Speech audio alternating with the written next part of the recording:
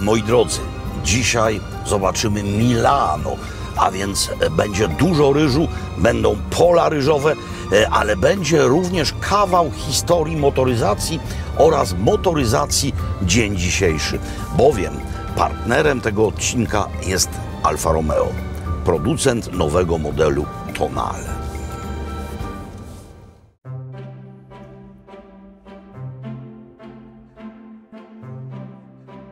Strada provinciale 119 Var, Viale Alfa Romeo. Moi drodzy, są prośby, którym się nie odmawia.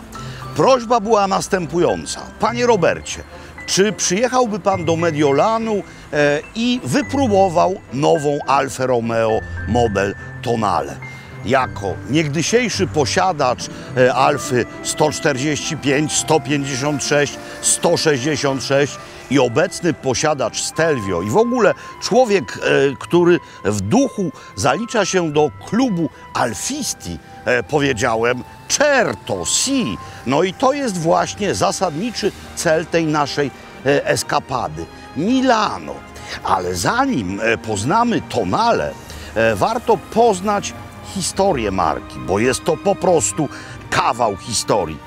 Przed nami Museo Storico Alfa Romeo. Dzisiaj nieczynne, bo ono jest czynne we wszystkie dni tygodnia poza wtorkiem, a dzisiaj jest wtorek. Dzisiaj nieczynne dla zwiedzających, dla nas otworzą.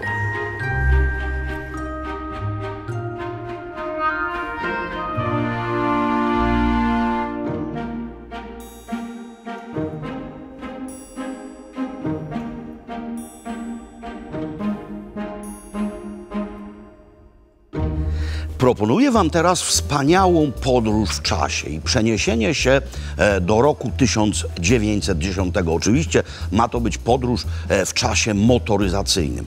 Co się w roku 1910 wydarzyło? Otóż w Mediolanie założono firmę o nazwie Società Anonima Lombarda Fabbrica Automobili. W skrócie SALFA. No ale Alfa brzmi lepiej, więc to S wywalono. No i na razie mamy Alfę. Ale w roku 1919 do spółki w przedsiębiorstwie przystąpił inżynier o jakże pięknym nazwisku Romeo. Też bym chciał mieć na nazwisko Romeo i na imię. Byłbym wtedy Romeo i byłbym obiektem podwójnych westchnień. W każdym razie rok 1919 i mamy to, co mamy do dzisiaj. Alfa Romeo. Ale logo w zasadzie cały czas jest takie same. Ono ma niezwykłą w sobie nośność historyczną, bowiem opowiada o historii z czasów znacznie przedmotoryzacyjnych. Pokażmy jego najnowszą wersję, ale ona się wiele od tej pierwszej nie różni. Zatem co tutaj mamy? Tutaj mamy czerwony krzyż na, w tym wypadku, srebrnym tle, ale w oryginale na tej tarczy herbowej to tło jest białe i ten krzyż symbolizuje Lombardię.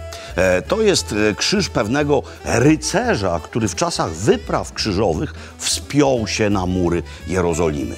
To jest wąż Viscontich. On w herbie Viscontich widnieje.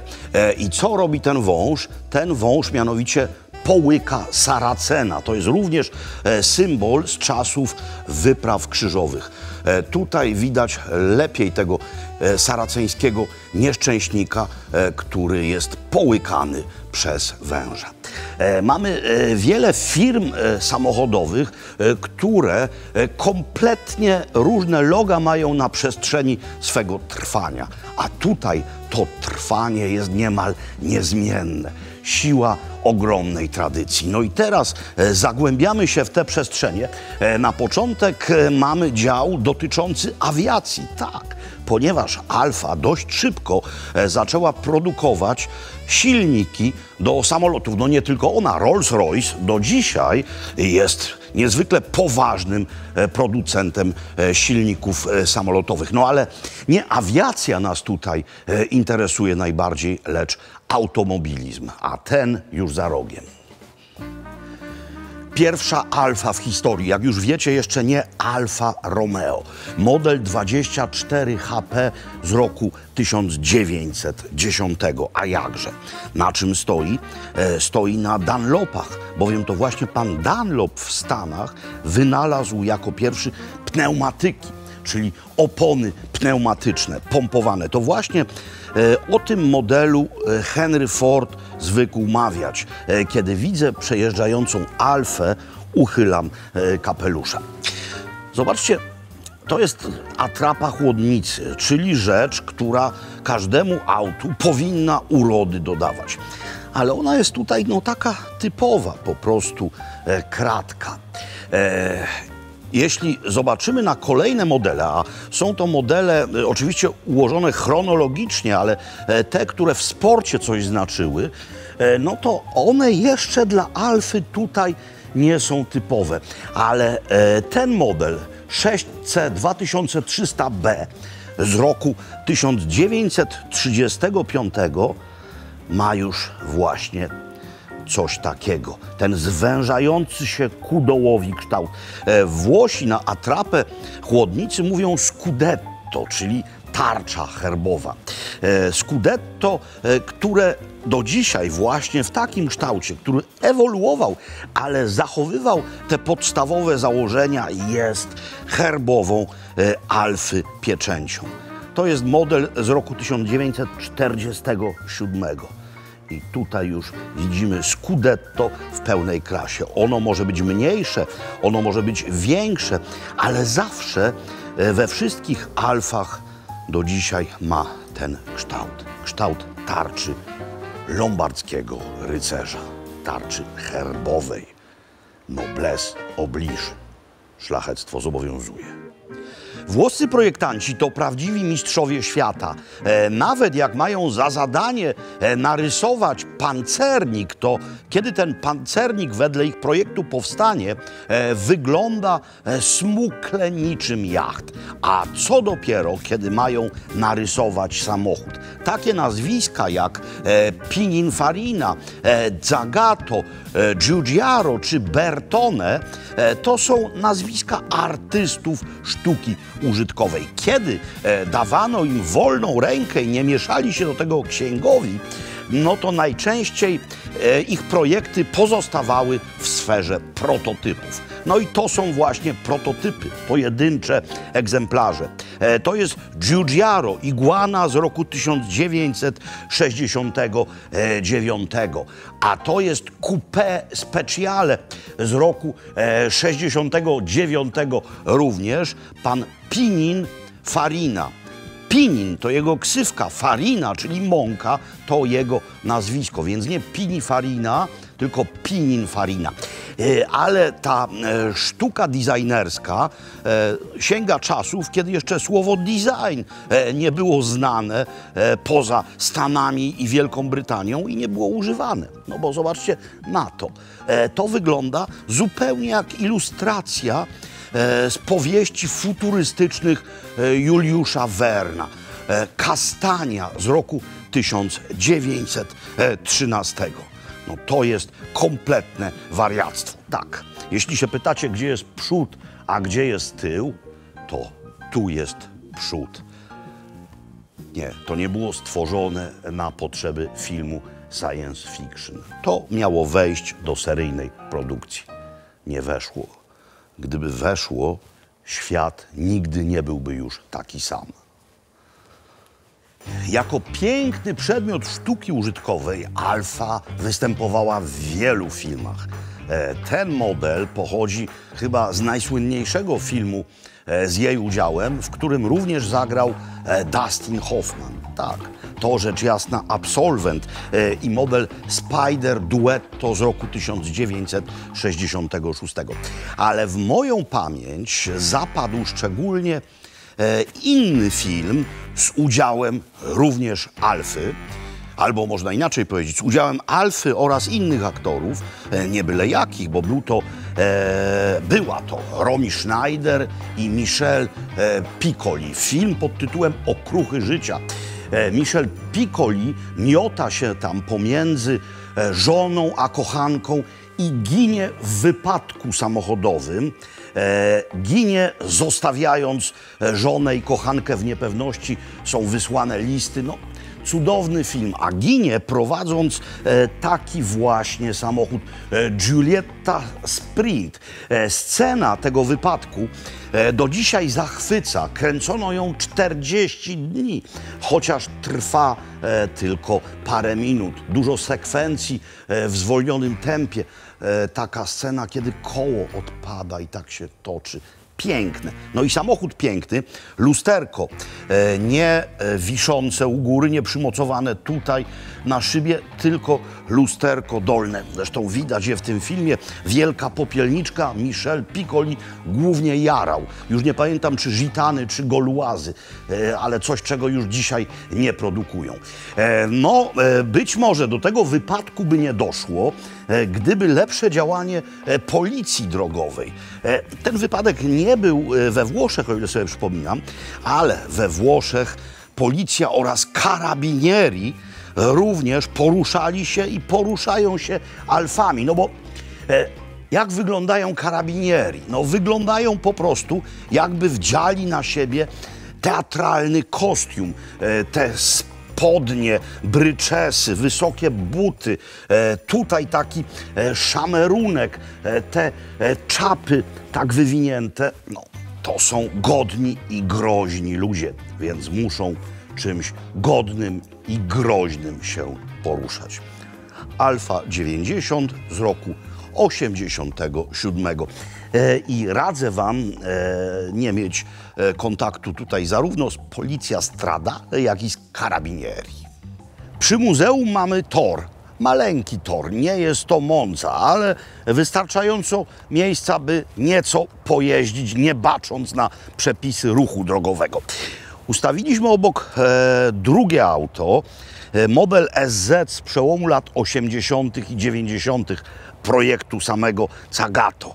Rzecz piękna, ale najważniejsze w tym wszystkim są te potrójne lampy, ponieważ to jest bezpośrednia inspiracja dla projektantów Tonale. Oczywiście dzisiaj to są lampy LEDowe i przykryte jednym kloszem, ale nawiązanie do tej linii bardzo wyraźne. Zrobię teraz to, co Henry Ford, choć nawet zrobię więcej, bo nie tyle uchylę kapelusza, co go zdejmę, no bo przecież nie będę tutaj szalał w kapeluszu na głowie.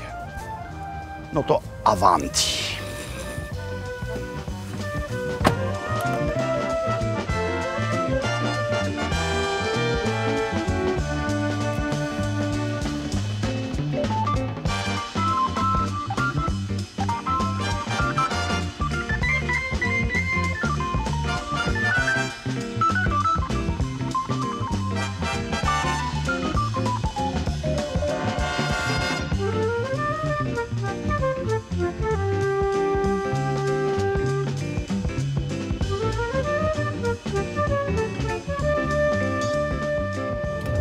Pierwszy raz za kierownicą Tonale.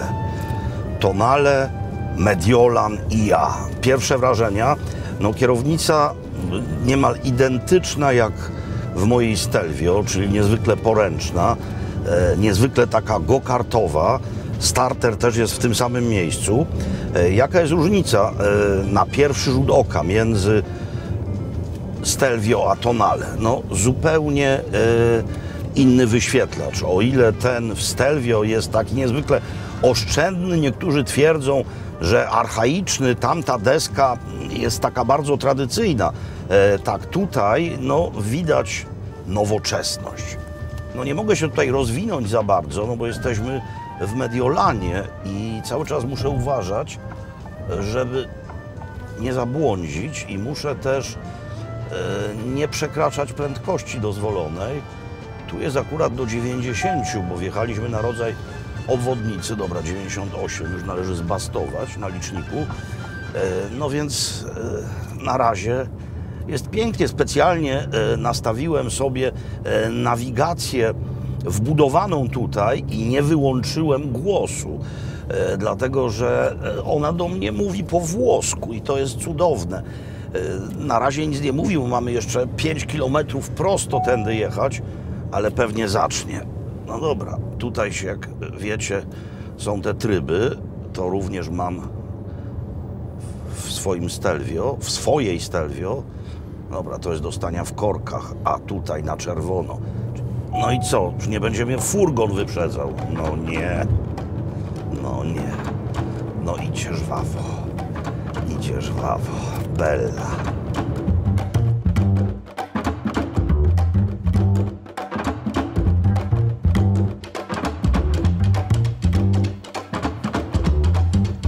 Trudno wyobrazić sobie kuchnię Mediolanu bez risotta alla milanese i w ogóle trudno wyobrazić sobie kuchnię włoską bez ryżu, bowiem Włochy to największy w Europie producent ryżu.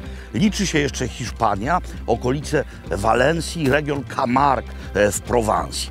Oczywiście najsłynniejsze i największe uprawy ryżu we Włoszech są w Piemoncie, są w delcie rzeki Pat, ale i Mediolan nie jest od macochy. Jesteśmy w administracyjnym centrum miasta. Widzicie na horyzoncie bloczki, a tutaj mamy ryżowe pola. Ryż oprócz ciepłego klimatu potrzebuje wody. No i to jest kolejna wspaniała ciekawostka. Mianowicie mamy kanał pawijski, kanał Pavese łączący Mediolan z Pawią. I już w renesansie podobno sam Leonardo da Vinci zaprojektował systemy irygacyjne. To są odnogi tego kanału i dzięki temu, że stale mamy tutaj wodę i możemy tą wodą sterować, mamy i ryż. Ryż zieloniutki na tle mediolańskich suburbiów. Jesteśmy w miejscu, które ma swoją turystyczną nazwę. To mianowicie Mediolańska Droga Ryżu. Oczywiście da się tutaj dotrzeć na obrzeża komunikacją miejską, ale by zwiedzać te gospodarstwa, które zajmują się głównie uprawą ryżu, by odwiedzać mieszczące się w nich sklepiki i czasami knajpy, potrzebny jest własny transport. Dlatego też przyjechałem tu autem. Oczywiście można dostać mapy tego miejsca, no i zachęcam do odwiedzin tutaj, zwłaszcza na przełomie września i października. Wtedy są zbiory i mamy wielkie święto ryżu. Jakie odmiany? No, królem lombardzkiego stołu jest ta odmiana. Wszystkie odmiany używane do risotto są pękate i krótkie, ale ta jest szczególnie ceniona z powodu smaku przez Mediolańczyków i Lombardczyków. To jest mianowicie Carnaroli. No i koniecznie trzeba zrobić risotto alla milanese. Ono będzie bez jednego składnika, który był tradycyjny i teraz często jest eliminowany, zwłaszcza w sytuacji, kiedy risotto jest podawane jako dodatek. No bo risotto w wielu miejscach we Włoszech to osobne danie, ale tutaj w Lombardii bardzo często risotto jest podawane razem z ossobuco na przykład. No to jest taka cielęcina wykrojona z udca z kością szpikową i jeszcze dzisiaj się tym zajmiemy. Zatem robię risotto bez szpiku. Jeśli chcecie, to kupcie kość tukową i powiem Wam, w którym momencie ten szpik powinien być użyty. Ale zaczynamy od gorącego bulionu mięsnego, najlepiej wołowego. Ten bulion kupiłem w sklepie, nie z kostki, po prostu w płynie, przeczytałem skład. Jest to bardzo porządny bulion, taki jakbyśmy w domu zrobili. No i coś, co nadaje specyficznego koloru potrawie, mianowicie szafran. Spora szczypta szafranu i trzeba teraz, zanim cokolwiek zaczniemy robić, zalać szafran odrobiną gorącego wywaru, by zrobiła się tutaj infuzja szafranowa. To wszystko nabierze koloru i sprawi, że risotto alla milanese będzie wyglądało tak, jak wyglądać powinno. Dobra, bulion jest podgrzany, więc mamy tutaj zmianę miejsc. bulion zdejmuję. Ach, jakie gorące. I kładę na ogniu patelnię.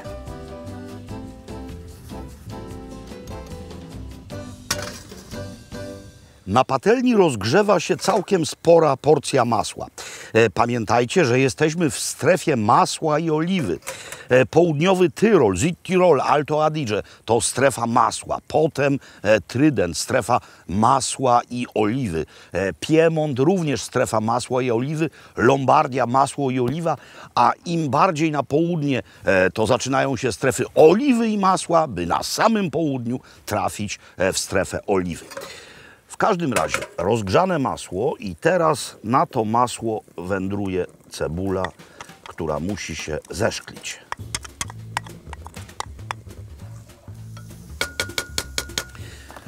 Do zeszklonej cebuli wsypujemy ryż i to jest niezmienny element przygotowania każdego risotta. Teraz ten ryż, który jest pokryty taką białawą warstwą, krochmalem, musi się w tym tłuszczu poddusić. Ziarenka muszą się zrobić niemal przezroczyste, szkliste. Z tą przezroczystością trochę przesadziłem, ale ze szklistością nie. One straciły ten taki mączysty wyraz, no i właśnie wyglądają jak malutkie perełki. I teraz pierwszy chlust, białe wino. Białe wino, które ryż musi w całości wypić. Wino musi zniknąć z patelni.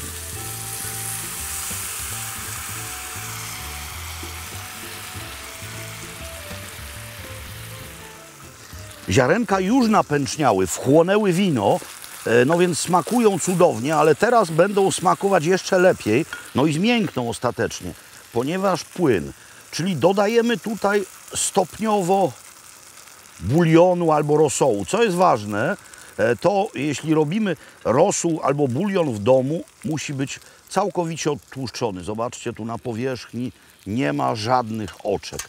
No trzeba po prostu, jak robimy to w domu, odstawić to po ugotowaniu w chłodne miejsce i zebrać cały tłuszcz z góry. No i teraz już tylko kontrolujemy ilość płynu i czekamy, aż ryż się napije jeszcze więcej. Na patelni mamy w tej chwili cudowną, bazową, kleistą wersję risotta. Risotto zawsze musi być kleiste. Jeśli używamy szpiku, to trzeba kupić kość tukową, łyżeczką wybrać wnętrze, przesiekać to na desce i dodać do ryżu po tym, kiedy wino z patelni wyparowało. Pomiędzy winem a dodaniem bulionu. No, jak wygląda sytuacja? Sytuacja wygląda przecudnie. Te ziarna się wyraźnie powiększyły. Ryż prawie wszystko wypił. No ale jak powiedziałem, jest to wersja bazowa w tej chwili. By zrobić wersję mediolańską, trzeba umieścić w środku tę infuzję szafranową. Zaraz zobaczycie, jakiego to koloru nabrało. No właśnie takiego. I nie można pominąć szafranowych nitek. Szafran to jedna z najdroższych przypraw na świecie, choć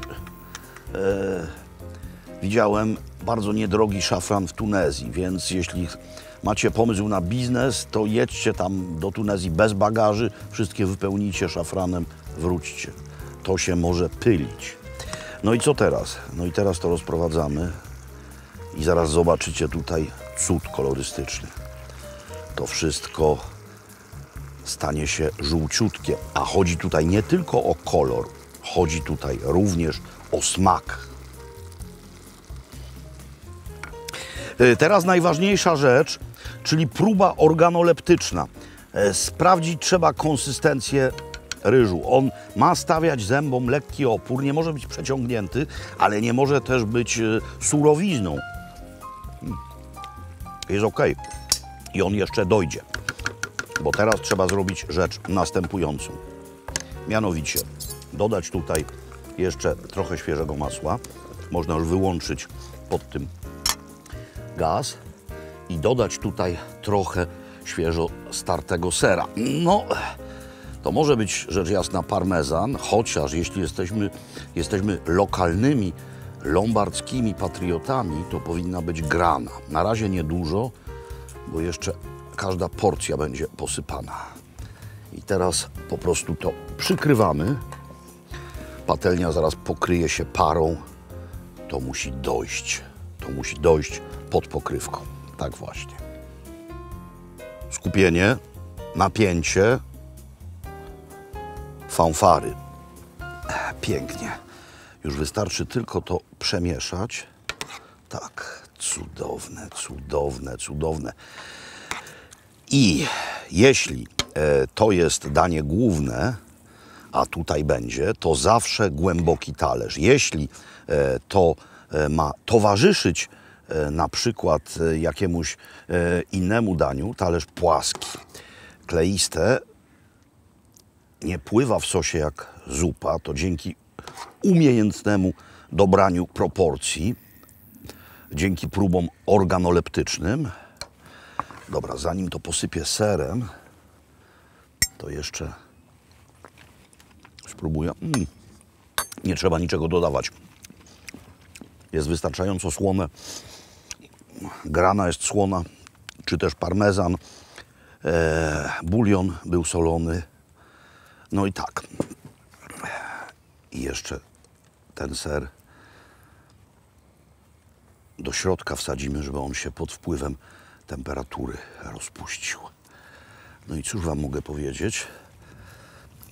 Tutaj jest o tyle przyjemniej przy polach ryżowych niż na przykład w Tajlandii, że tam kobry, mówię o Tajlandii, bardzo lubią towarzystwo pól ryżowych. Tutaj żadnej kobry nie ma. I tutaj jest takie oto wspaniałe risotto alla milanese.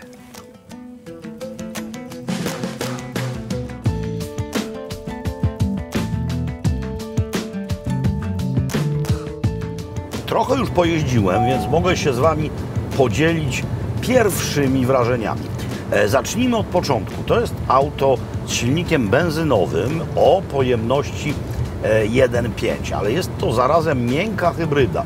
Zatem silnik benzynowy ma 160 koni, natomiast ten silnik elektryczny dokłada mu jeszcze koni 20, więc razem mamy 180 koni.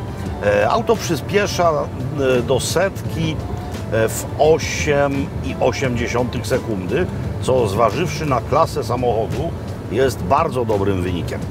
To jest zupełnie nowy silnik w sensie konstrukcyjnym, lekki, aluminiowy. Auto też nie jest wielkie i ciężkie, no więc jest niezwykle żwawe.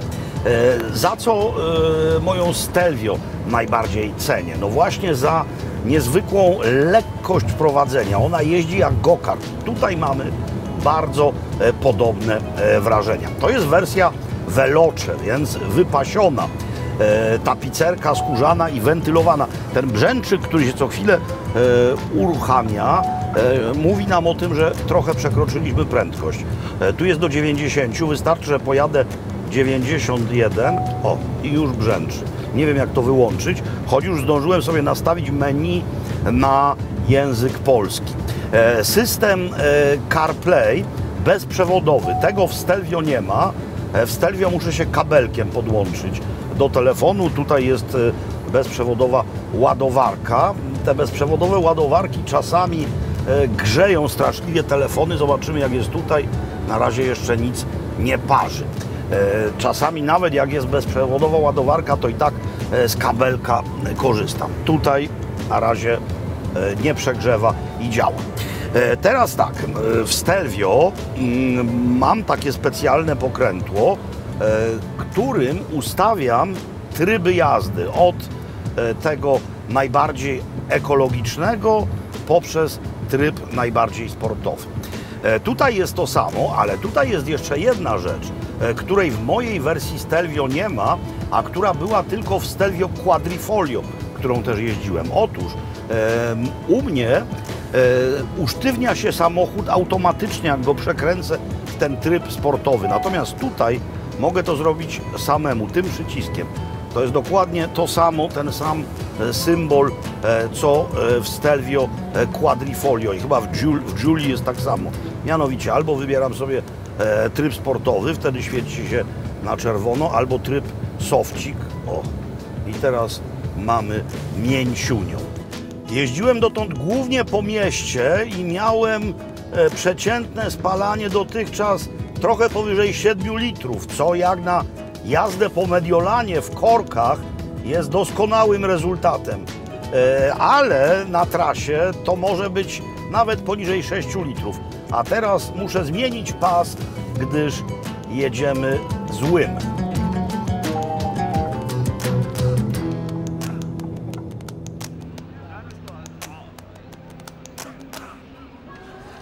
Samochody porzuciliśmy daleko stąd, ale nie ma przecież sensu pchać się autem do historycznych centr starych miast.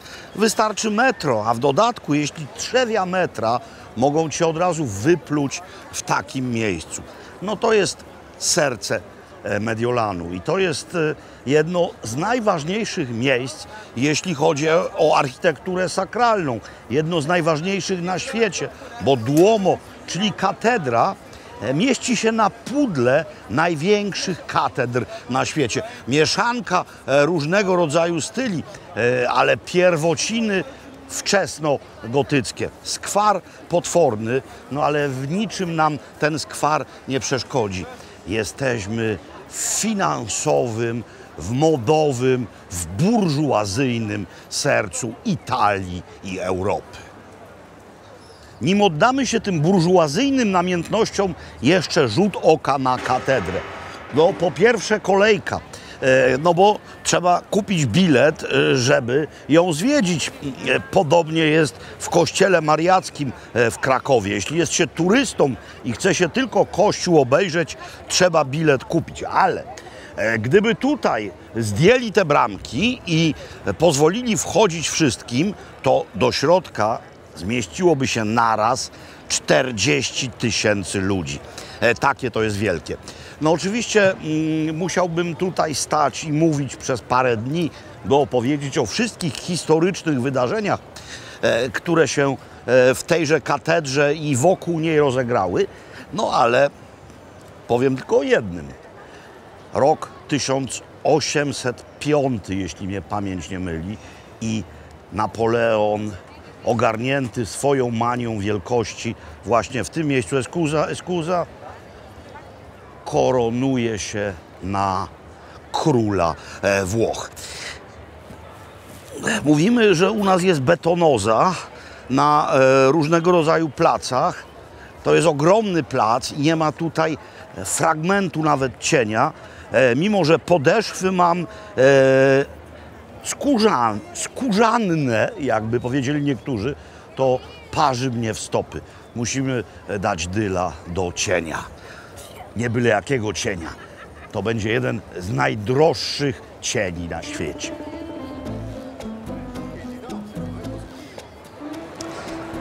Galeria Wiktora Emanuela II to secesyjna koncepcja pasażu handlowego przykrywanego szklanym dachem. Podobne miejsca znamy z Budapesztu, znamy z Wiednia, no i mamy też coś podobnego w Krakowie, chociaż na mikroskalę, pasaż Bielaka. No ale to słusznie uchodzi za najwspanialsze tego typu. No i do dzisiaj jest to adres pełen pożądania dla tych wszystkich, którzy lubią się stroić, dla tych wszystkich, którzy lubią wypić szklaneczkę Campari w miejscu, gdzie to Campari po raz pierwszy zaczęło być podawane. To bar tam u wejścia do galerii. Co trzeba tutaj mieć ze sobą? No, dzisiaj pojęcie wypchany portfel jest tylko pojęciem umownym, bo przecież wiecie świetnie, że można już bulić telefonem, a wtedy wystarczy mieć małą kieszonkę na telefon. Byłem święcie przekonany, że towary wystawiane w witrynach takich sklepów, w takich miejscach nie mają podanych cen. Kiedyś nudziłem się w Paryżu i chodziłem po Rue du Faubourg Saint-Honoré, zaraz koło Champs-Élysées, gdzie mieszczą się najsłynniejsze butiki domów mody i tam cen nie było. Ale nastąpiła demokratyzacja niezwykła. Tutaj ceny są. Co prawda trzeba mieć sokoli wzrok, by je dostrzec, ale takowy mam i widzę, że bluzon, czyli ta kurtko-bluza Fendi kosztuje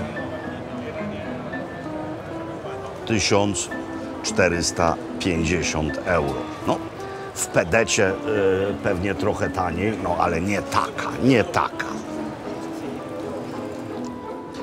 Sama galeria jest oczywiście atrakcją, nawet jeśli się nie robi w niej zakupów, no bo spacer po pięknym miejscu to zawsze przyjemność, ale przy okazji łączy ona dwa emblematy Mediolanu i dwa emblematy Europy oraz światowej kultury.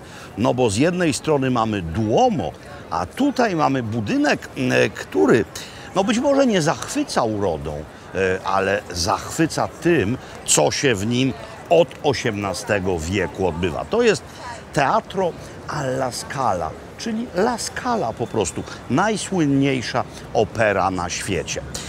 Tym wszystkim, którzy za operą nie przepadają, czemu się dziwię i proponuję nie zaczynać od Wagnera. Można zacząć od Verdiego albo Pucciniego. No więc tym, którzy za operą nie przepadają, proponuję, no być może nie wchodzenie do środka, tam jest również muzeum, nie tylko przedstawienia operowe. Proponuję mianowicie rzut oka za te drzewa. Na środku tego placu stoi pomnik wielkiego Leonarda da Vinci. Co robią Włosi przed kolacją? Idą wypić aperitif i to najczęściej nie w tym miejscu, gdzie jedzą kolację. Idą do specjalnego baru, w którym tenże aperitif spożywają. Rodzaj aperitivów, czyli alkoholizowanych napojów, które mają pobudzić trawienie, otworzyć żołądek, różni się w zależności od regionu. No ale przecież jesteśmy w Mediolanie i już wiecie, że właśnie to tutaj swoją działalność zaczęła rodzina Campari. No więc mam dwa aperitify na bazie Campari. To jest Campari Spritz, czyli Campari Prosecco, i ewentualnie trochę toniku do tego, a drugi aperitif sprzedawany niemal w każdym spożywczym sklepie, w takich pięknych buteleczkach. Pamiętam, jak je pierwszy raz zobaczyłem, to od razu wiedziałem, puste, bez napisu z tej strony, że to musieli zrobić Włosi. No bo zobaczcie, jakie to jest cudo. A to jest Campari soda, czyli Campari z wodą gazowaną po prostu. Ponieważ jest to kultura aperitivów, więc nawet jak tutaj zamówicie piwo, to coś na stół małego do dziabnięcia położą. Mam jakieś precelki, no mam oliwki. Campari, jeszcze chwila o nim. Barwnik. Charakterystyczny kolor. Kiedyś ten trunek zawdzięczał barwnikowi pozyskiwanemu z czerwia, ja bym tak powiedział, choć oficjalna nazwa tego brzmi czerwiec. Czerwiec kaktusowy. No ale czerwiec w kontekście chroboka mi nie pasuje, więc czerw. Pokazywaliśmy to kiedyś na Wyspach Kanaryjskich, to na agawach rosło. No ale to wtedy nie było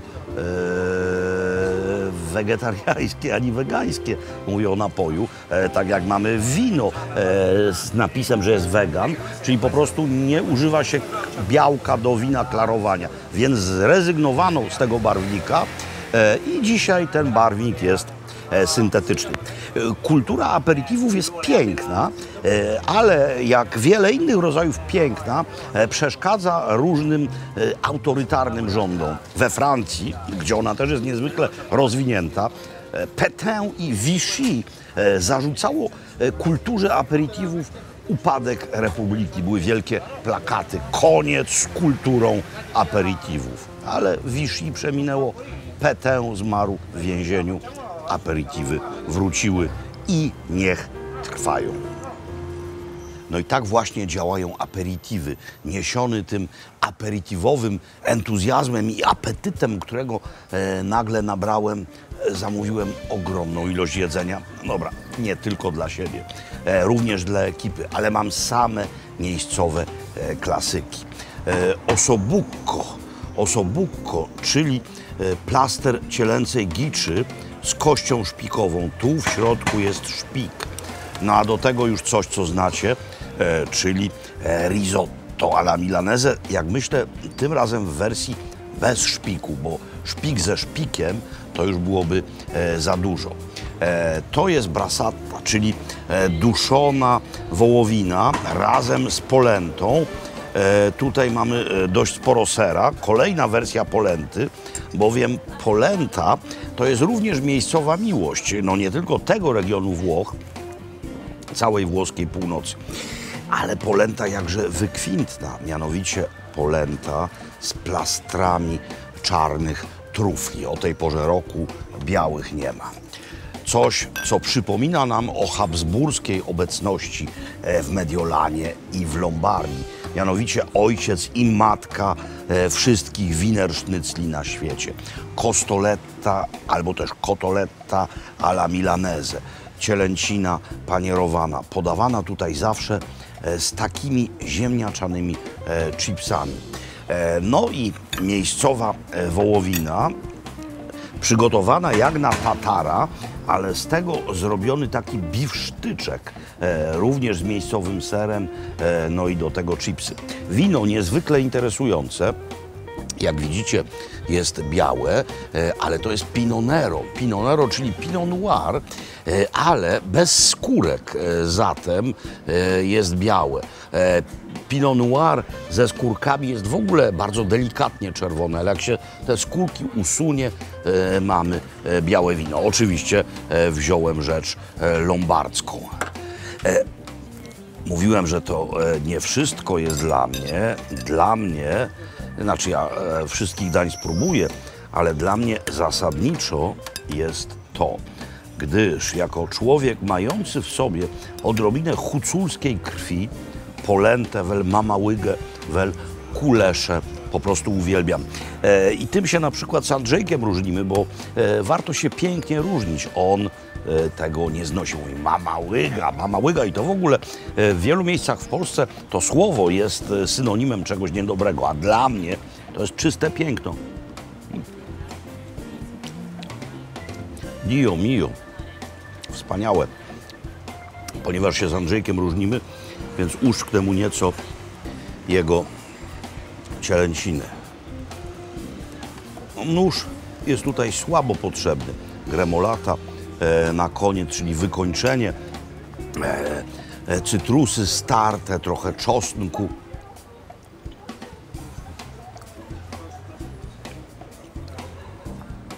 Wybitne, wybitne.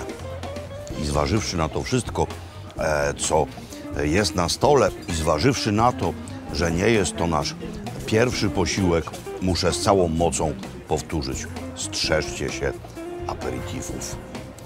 Będziecie po nich tyli.